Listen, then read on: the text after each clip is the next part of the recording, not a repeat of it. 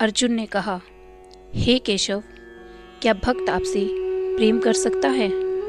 श्री कृष्ण कहते हैं, प्रेम ही तो भक्ति है। जिसके दिल में प्रेम ना हो वो मेरा भक्त कैसे हो सकता है? सच पूछो, मैं प्रेम ही प्रेम हूँ, प्रेम ही परमात्मा है। अर्जुन ने कहा, किसी से प्रेम की कोई विधि नहीं होती, परंतु पूजा करने की तो कई विधियाँ होती है। आपके भक्त इन्हीं विधियों के अनुसार आपकी पूजा और भक्ति करते हैं। श्री कृष्ण कहते हैं, हे अर्जुन, पूजा मन की साधना होती है और मन की साधना का विधि से क्या लेना देना।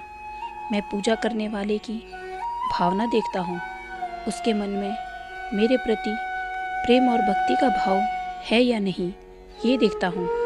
जिस पूजा में विधि ही विधि हो, प्रेम और भक्ति ना हो, उस पूजा के द्वारा कोई भी मुझे प्राप्त नहीं कर सकता। हे अर्जुन, मेरे भक्त बड़े ही अनोखे और निराले हैं। कोई मुझे अपना पिता मानकर मुझसे बेटे का रिश्ता जोड़ता है और कोई मुझे माता मानता है, तो कोई मुझे सखा मानता है, तो कोई मुझसे प्रेम का नाता जोड़ लेता है। जैसे गोकुल की गोपियाँ जो मेरे प्रेम में संसार के सारे रीत रिवाज भूल जाती हैं।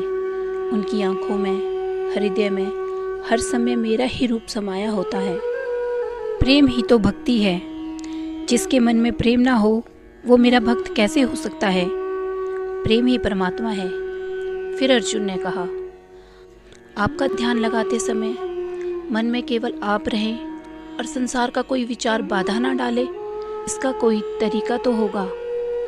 श्री कृष्ण कहते हैं, हाँ, एक आसान तरीका तो है, परंतु वो कोई विधि नहीं है, बल्कि एक गुर है, एक यौगिक कला है, जिससे ध्यान लगाने में बड़ी सहायता होती है। अर्जुन बोले, वो आसान तरीका, वो यौगिक कला क्या है माधव?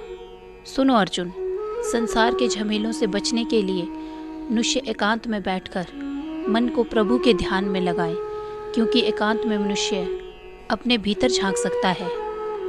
अर्जुन ने कहा, परंतु ध्यान लगाने के लिए अपने भीतर झांकने की क्या आवश्यकता है?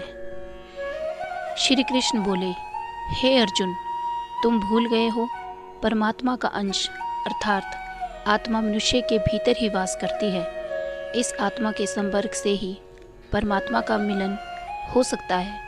इसीलिए हे अर्जुन, जो मुझसे मिलन चाहता है उससे सबसे पहले अपने अंतर मन में ही झांकना चाहिए, और यह तभी संभव जब मनुष्य का अपना शरीर उसके नियंत्रण में हो।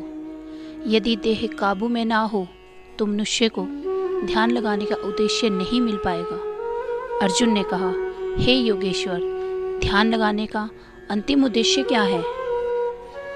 श्री कृष्ण बोले, ध्यान योग का उद्देश्य परमात्मा से संपर्क करना होता है, परंतु इसके प्रथम चरण में मनुष्य को आत्मिक शुद्धि प्राप्त होती है, स्वच्छता मिलती है और ध्यान लगाने वाले का अंतर निर्मल हो जाता है। हे अर्जुन, जब तक मनुष्य अपने अंतर की शुद्धि नहीं कर लेता, परमात्मा से ना तो संपर्क कर सकता है और ना ही आत्मा परमात्मा में लीन हो सकती है। ये भी समझ लो कि जब ध्यान लगाने का पहला उद्देश्य जो कि अंतर्शुद्धि है, इसीलिए वो ध्यान भी पवित्र होना चाहिए जहाँ ध्यान लगाया जाता है। हे अर्जुन, मेरा ध्यान लगाते समय मनुष्य को चाहिए कि वो अचल बैठकर अपनी पीठ, सिर और गले को समान और सीधा रखे और अपनी दृष्टि को नाक के अगले भाग पर इस तरह से जमाए कि दूसरी सारी दिशाएं आंखों से ओझल हो जाए। ऐसा करने से अपने आसपास के वातावरण से उसकी इंद्रियों का संपर्क टूट जाएगा और मनुष्य अपने अंतर में मन लगा सकेगा। हे मधुसूदन, ये तो बड़ा ही सहज और अच्छा तरीका है। इस ढंग से तो कोई भी मनुष्य ध्यान लगा सकेगा। श्री कृष्ण ने कहा, ये ठीक है अर्जुन, परंतु वो मनुष्य मुझ में ध्यान नहीं लगा सकेगा जिसके जीवन में संतुलन ना हो। ध्यान लगाने में सफलता के लिए मनुष्य को संतुलन का पालन करने वाला होना चाहिए। मेरे भक्त को चाहिए वो ना इतना खाए कि ये लगे कि वो केवल खाने के लिए ही जीता है, ना इतना कम खाए कि हड्डियों का ढांचा बन जाए, ना इतना सोए दिन को भी रात ही समझे, ना इतना कम सोए कि रात को भी रात न समझे।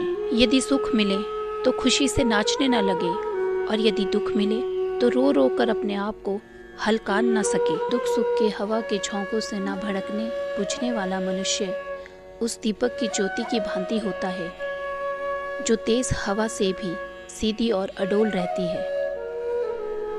अर्जुन ने कहा, हे माधव, ये दुख सुख, ये प्यारी नींद, ये स्वादिष्ट भोजन तो आप ही का वरदान है, फिर इनका भरपूर आनंद ना लेना ध्यान योग के लिए क्या आवश्यक है? हे अर्जुन, मैंने सुखों की माया मनुष्य के लिए रची है, वो इन सुखों का आनंद अवश्य ले। मैं ये नहीं चाहता मनुष्य दुख में रहे, दरिद्रता में रहे। मैंने आनंद की रचना इसीलिए की है कि समस्त प्राणी जीवन में आनंद से रहे, परंतु इस आनंद में परम आनंद को भूल जाए, मैं ये नहीं चाहता। इसीलिए यदि कोई मनुष्य इस परम आनंद को पाना चाहता है, अर्थात ध्यान योग द्वारा मुझ परमात्मा में लीन होना चाहता है, तो उसके लिए आवश्यक है कि वो इस योग माया में उलझा ना रहे और मोक्ष प्राप्त करे, अन्यथा जन्म जन्मांतर के इस चक्रव्यूह में ऐसा फंस जाएगा, निकल नहीं सकेगा।